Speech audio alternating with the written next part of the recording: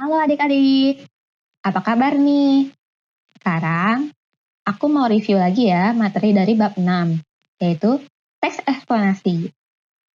Cekidot.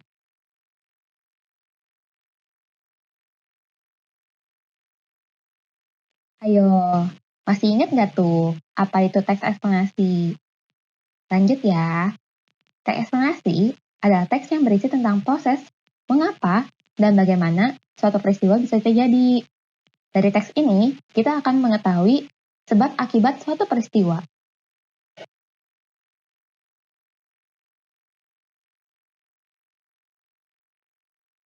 Struktur dari teks eksplanasi ada 3 bagian. Yang pertama, pernyataan umum. Di sini kita menjelaskan apa peristiwa yang terjadi dan keberadaannya di mana, kapan terjadinya.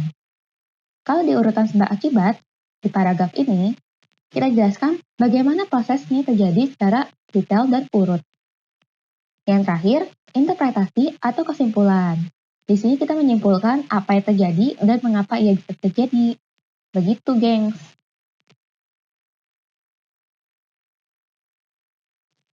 Teks eksplanasi memiliki 5 ciri-ciri. Yang pertama, peristiwa yang kita jelaskan adalah suatu fakta atau benar-benar terjadi. Kedua, peristiwa itu bersifat keilmuan atau bisa kita jelaskan secara ilmiah. Ketiga, teks eksplanasi bersifat informatif atau memberikan informasi kepada pembacanya. Keempat, biasanya teks ini menggunakan kata penanda urutan. Contohnya, pertama, lalu, setelah, sebelum, sesudah. Dan ciri yang terakhir, teks eksplanasi ini berfokus pada hal-hal umum yang biasanya terjadi di sekitar kita.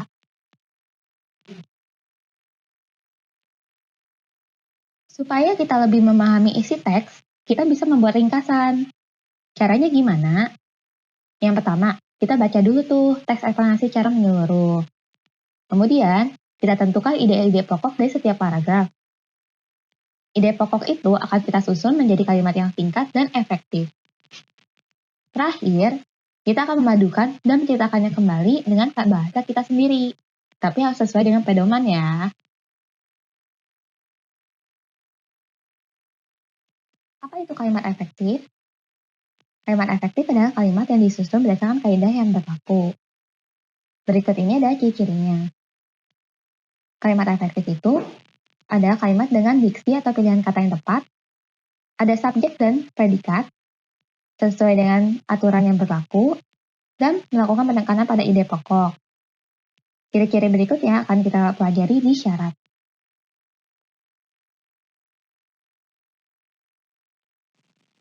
Apa saja syarat dari kalimat efektif?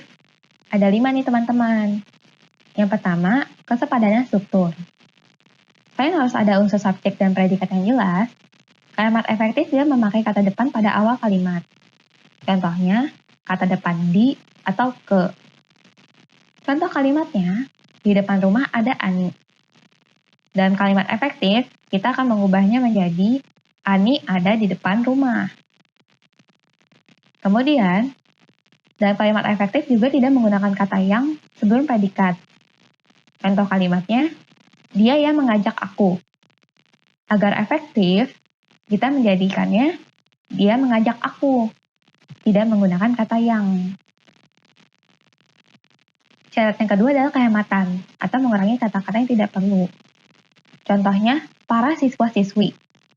Agar lebih efektif, itu kita bisa menjadikannya para siswa atau siswa-siswi. Syarat yang ketiga, kesejajaran bentuk atau jenis kata. Misalnya, ibu menyapu, mengepel, dan masakan. Agar efektif dan sejajar bentuknya, kita menjadikannya ibu menyapu, mengepel, dan memasak, bukan masakan. Jadi itu ada sejajar kata kerja. Syarat yang keempat adalah logis. Kalimat efektif harus dapat diterima oleh akal dan sesuai dengan ejaan yang berlaku. Syarat yang terakhir adalah ketegasan makna. Biasanya itu ditegaskan melalui kalimat perintah, larangan, atau anjuran. Dan biasanya juga menggunakan partikel lah ataupun. Contohnya, Buanglah sampah pada tempatnya.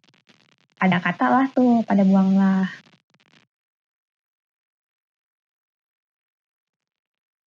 Sekian review materi dari aku. Terima kasih untuk teman-teman yang sudah mendengarkan. Kalau ada pertanyaan, bisa hubungi Poti ya. Semangat! Halo adik-adik, hari ini kita akan membahas mengenai bab 7 yaitu teks narasi sejarah. Teks narasi sejarah adalah teks yang menjelaskan dan menceritakan tentang fakta dan kejadian masa lalu, yang menjadi latar belakang terjadinya sesuatu yang mempunyai nilai sejarah. Nah, apa saja sih ciri-ciri teks sejarah itu? Yang pertama, disajikan secara kronologis atau urutan peristiwa atau urutan kejadian. Lalu yang kedua, bentuk teks ini adalah berulang. Yang ketiga, sering menggunakan konjungsi temporal atau kata penghubung waktu. Yang keempat, isi teks ini berupa fakta atau kejadian yang sudah terjadi. Lalu di sini ada struktur teks sejarah, yaitu yang pertama, orientasi. Orientasi ini merupakan bagian pengenalan atau pembuka dari teks narasi sejarah. Yang kedua, urutan peristiwa. Urutan peristiwa merupakan rekaman peristiwa sejarah yang terjadi. Umumnya ini disampaikan dalam urutan kronologis.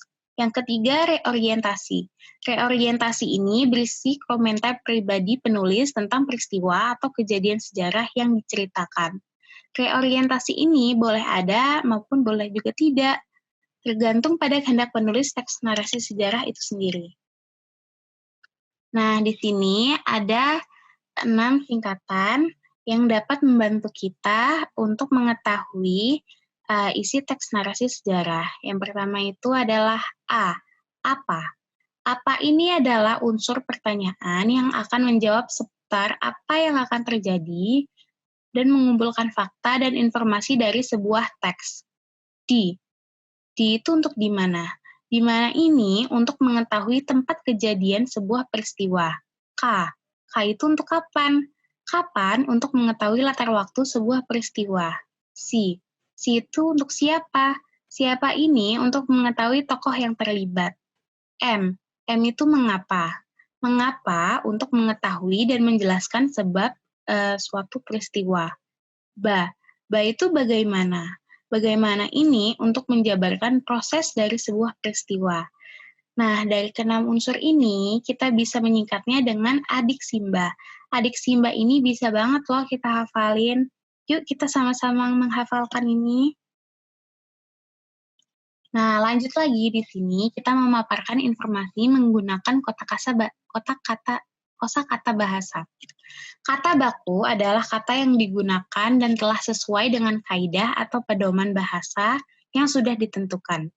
Pengertian kata baku ini merupakan suatu kata yang aturan dan ejaan kaidah bahasa Indonesianya sudah benar serta bersumber dari bahasa baku, yakni Kamus Besar Bahasa Indonesia atau kita bisa panggil KBBI. Nah, ciri-ciri kata baku itu apa aja sih? Yang pertama itu bentuknya tetap dan tidak mudah berubah. Lalu yang kedua, tidak terpengaruh bahasa asing ataupun daerah. Lalu yang ketiga, penggunaannya sesuai dengan konteks dalam kalimat, dan biasanya bukan bahasa yang digunakan percakapan sehari-hari. Yang keempat, memiliki arti yang pasti atau tidak rancu, dan tidak berlebihan. Nah, untuk itu kita jangan lupa ya belajar teks narasi sejarah. Terima kasih adik-adik, semangat! Halo adik-adik SNF, FEB UI. Gimana kabar kalian? Semoga tetap semangat ya dan sehat dalam menjalankan PJJ. Nah, materi kali ini adalah bahasa Indonesia dan kita akan membahas mengenai teks fiksi dan non-fiksi. Apa dari kalian ada yang familiar dengan istilah ini? Sebelum itu, kita belajar lebih lanjut ya. Nah, ini adalah gambaran besar materi yang akan kita pelajari pertemuan kali ini, yaitu teks fiksi, teks non-fiksi, dan menguraikan urutan peristiwa dari teks fiksi dan teks non-fiksi. Pertama-tama, kita pelajari yuk teks fiksi itu apa. Jadi, teks fiksi itu adalah jenis tulisan yang hanya berdasarkan imajinasi, rekaan penulis. Nah, contohnya itu ada cerita pendek atau cerpen, novel, dan lainnya. cerpen itu biasa kita dapat di artikel atau artikel online atau misalnya di majalah seperti itu. Dan teks fiksi ini tuh tokoh-tokohnya, latar waktu, latar tempat, dan semuanya itu benar-benar dari imajinasi dan rekaan penulis. Semuanya itu fiktif berdasarkan keinginan penulis atau pengarangnya.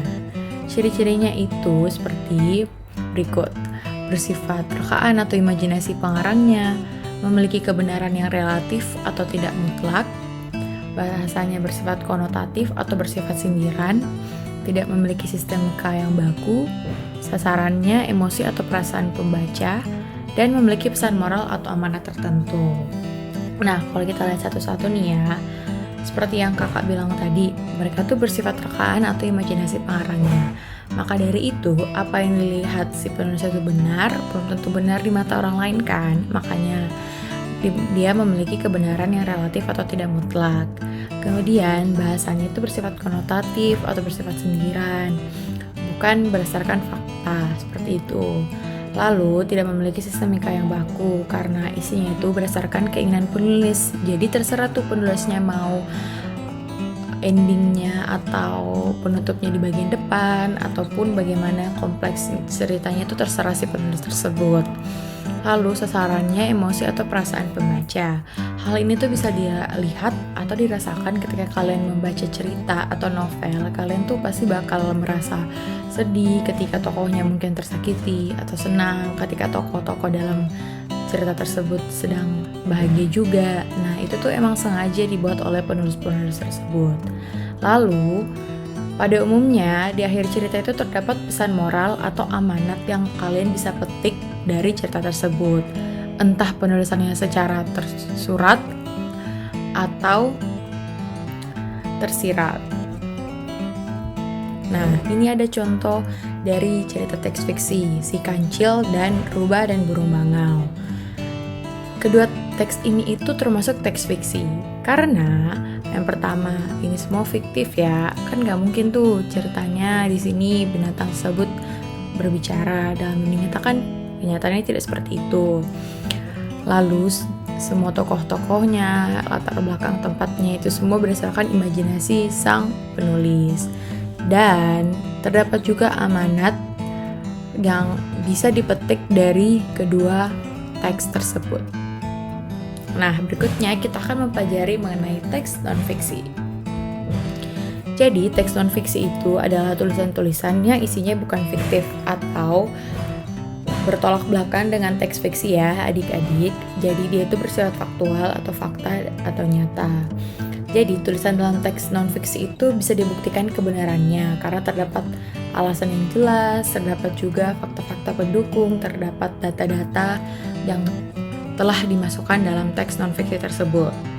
Contohnya itu ada artikel, opini, resensi buku, karangan ilmiah, berita di koran, majalah, tabloid, dan masih banyak lagi. Ciri-cirinya itu seperti yang pertama, biasanya berbentuk tulisan ilmiah dan ilmiah populer seperti artikel, skripsi, makalah, dan masih banyak lagi. Lalu, tulisan non-fiksi berupaya mencapai taraf objektivitas tinggi dan membuat pembacanya tertarik. Dan tulisan non-fiksi menyuruhkan nalar pikiran para pembaca dan bahasanya bersifat denotatif dan tidak bermakna ganda. Jadi apa yang ada dalam isi teks non-fiksi itu sesuai aktual. Apa yang kalian baca itulah yang benar-benar terjadi sebenarnya. Misalnya, untuk mengukur ini rumus yang digunakan adalah seperti ini.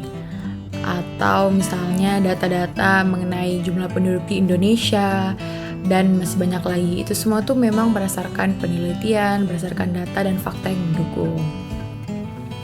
Nah, berikutnya ini adalah contoh lain dari teks non-fiksi, yaitu autobiografi.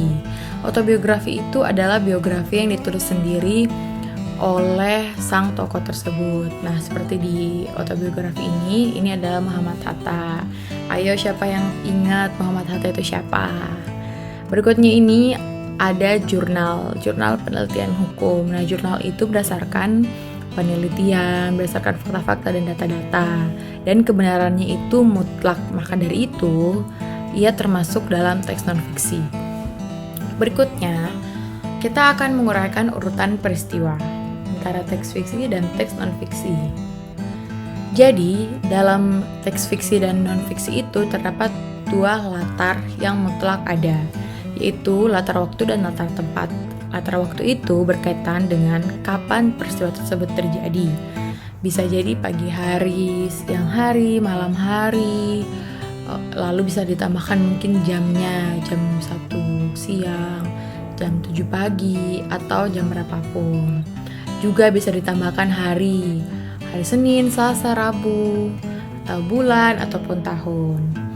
Dan latar tempat.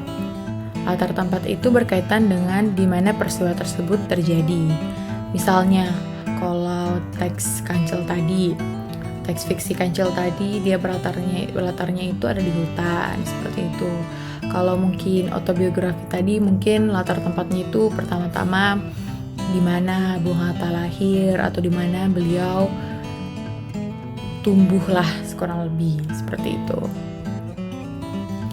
Nah, itu dia pelajaran kita untuk pertemuan kali ini. Semoga kalian suka dan bisa paham dengan baik mengenai materi ini.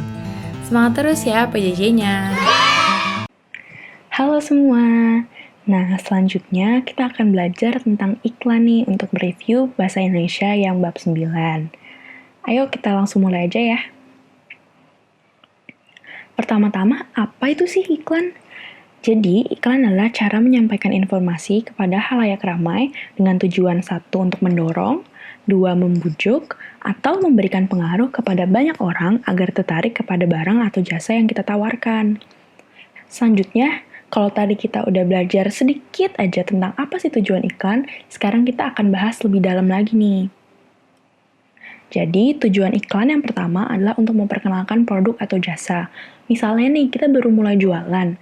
Kan orang-orang masih belum tahu kalau kita nih jualan suatu produk gitu. Makanya, kita harus mengiklankan agar orang-orang khalayak ramai itu lebih familiar dengan produk kita. Terus yang kedua, tujuan iklan adalah menawarkan produk atau jasa. Jadi iklan ini bukan cuma pengen dikenalin doang, tapi sekalian menawarkan. Yang ketiga adalah menyarankan seseorang untuk membeli atau menggunakan jasa yang ditawarkan. Jadi setelah diperkenalkan, ditawarkan, iklan juga sambil mengajak untuk membeli produk yang diiklankan gitu. Terus selanjutnya ada untuk menarik khalayak ramai. Nah, kenapa sih harus khalayak ramai? Karena iklan itu pasti nggak mungkin cuma dikasih ke 1 atau 2 orang aja nih, karena kalau dikasih ke 2 orang doang misalnya, belum tentu 2 orang itu mau beli produknya, jadi harus ditawarin ke orang banyak supaya kemungkinan untuk lakunya juga lebih besar gitu. Selanjutnya adalah ciri-ciri dari iklan.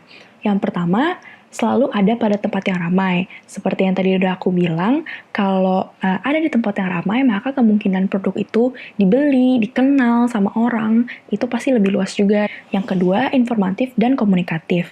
Nah, iklan ini harus berisi informasi-informasi yang dibutuhkan oleh pembelinya. Jadi, harus lengkap dan komunikatif ini berarti menyampaikan pesannya secara efektif gitu. Terus yang selanjutnya ada bahasa singkat dan padat. Nah, kalau misalnya kita lihat iklan di TV nih misalnya, kan durasinya nggak begitu lama.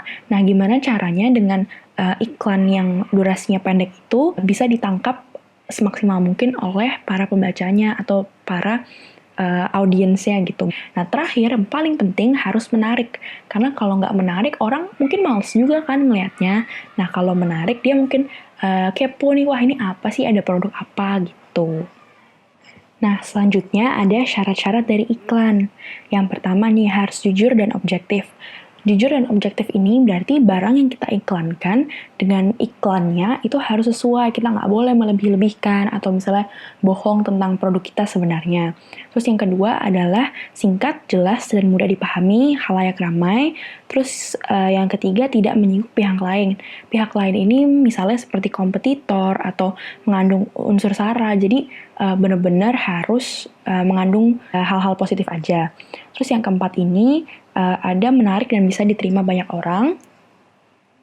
Selanjutnya adalah menggunakan kata dan kalimat yang mudah dipahami. Karena kalau nggak mudah dipahami kan sama aja makna dari iklannya tidak tersampaikan. Terus yang syarat keenam, menggunakan kalimat yang memikat dan daya sugestif. Daya sugestif di sini berarti seperti mengajak dan mempengaruhi untuk membeli produk tersebut. Dan syarat yang terakhir adalah memberikan informasi secara singkat dan jelas dalam bahasa iklan. Nah, bagaimana sih cara kita menganalisis informasi dalam iklan? Jadi kan di iklan itu pasti banyak informasinya kan. Nah, kita bisa tahu informasinya dengan selengkap mungkin mengetahui unsur-unsur dari iklan. Nah, sebenarnya unsur iklan tuh apa aja sih? Yang pertama ada nama produk. Ini aku ada contohnya dari produk Super Crunch. Nah, dari poster ini kan dilihat bahwa nama produknya adalah Super Crunch. Terus yang kedua adalah gambar produk. Gambar produk yang dimasukin ini harus menarik supaya orang tertarik untuk beli. Terus yang selanjutnya ada kalimat iklan. Kalimat iklan di poster ini seperti misalnya kriuknya berasa banget, berarti mereka tuh pengen menonjolkan kriuknya dari Super Crunch ini. Terus keunggulan produk seperti daging ayam utuh 100% super sauce, dan dimasukin juga harga produk mulai dari 20.000. Harga produk ini buat apa sih? Supaya orang-orang ini bisa menyesuaikan uangnya mereka dengan barangnya, apakah barangnya kemahalan atau kemurahan gitu. Terakhir ada nomor telepon atau alamat. Nomor teleponnya di sini 14022 dan mereka juga masukin alamat websitenya. Gunanya apa? Supaya orang-orang jadi bisa nyari lebih detail gitu tentang produknya. Nah, segitu aja ya tentang materi iklan. Makasih semuanya.